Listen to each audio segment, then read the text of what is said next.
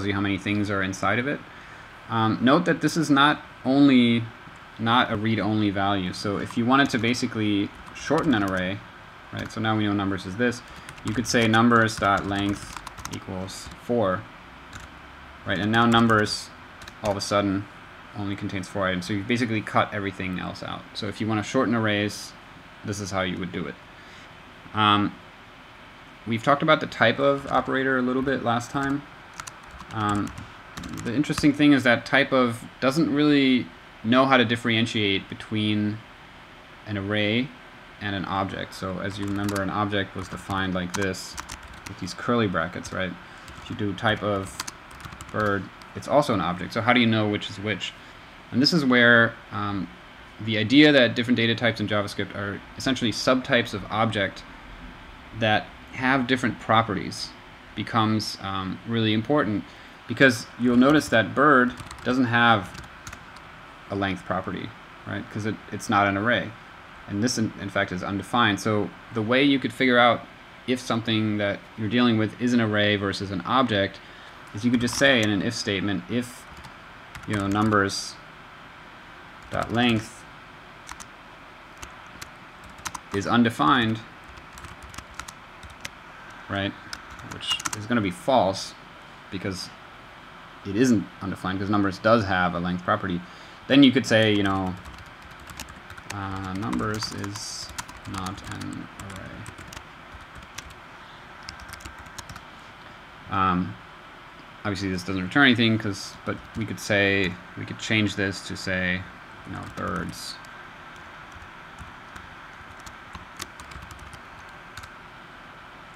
Oh, bird, right, single bird. There.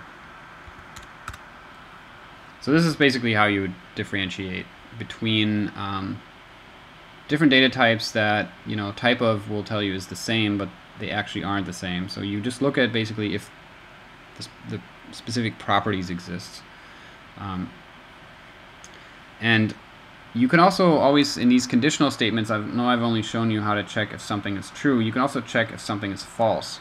So the way you do that is you use the exclamation mark and an equal sign. So let's say we have the variable z and it's 15, right? And we can check if z does not equal 12, then we write, z is not 12. Right? So you use exclamation and equal to basically talk about the sort of inverse. So this means is not true. On the note of conditionals, you can also check for multiple conditions at the same time. So let's say x is 5. So you could check if z is 15 and x is 5. And now because you have two different statements here combined by two and signs, you have to put all this inside of another set of parentheses. This is kind of important. Then we do console log, I don't know, something. Right, so it's logging this. Now, you can also do an OR statement. These are the two kinds of ways you can combine multiple conditions. So let's say x is 7 now. So now if we do this again, it's not going to log out our string here because x is no longer 5. So in that case, you could do, if you wanted to check if either one is true, you do two pipe characters,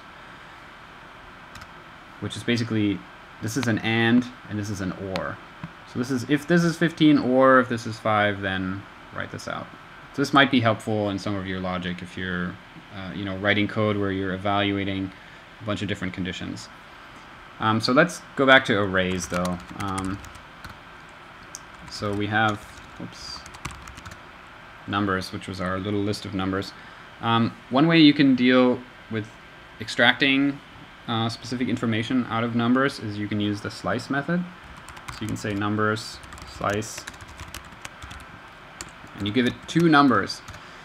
And this is basically from the position that you want to cut to the position you want to cut. So in this case, we're cutting from position 1 to position 3. So this is 0, this is 1, this is 2, this is 3, but slice actually would need to be like this to include the last number, because it's cutting basically up until that position. So that's something to keep in mind.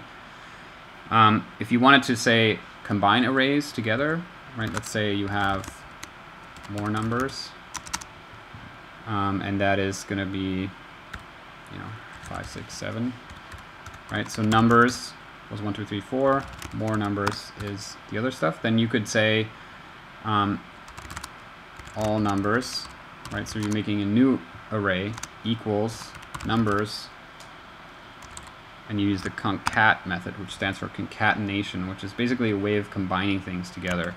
And you just give it the other array you want to combine. So all numbers right now contains the first array and the second array together. This is basically how you add things together. Now we're going to talk about sorting. So sorting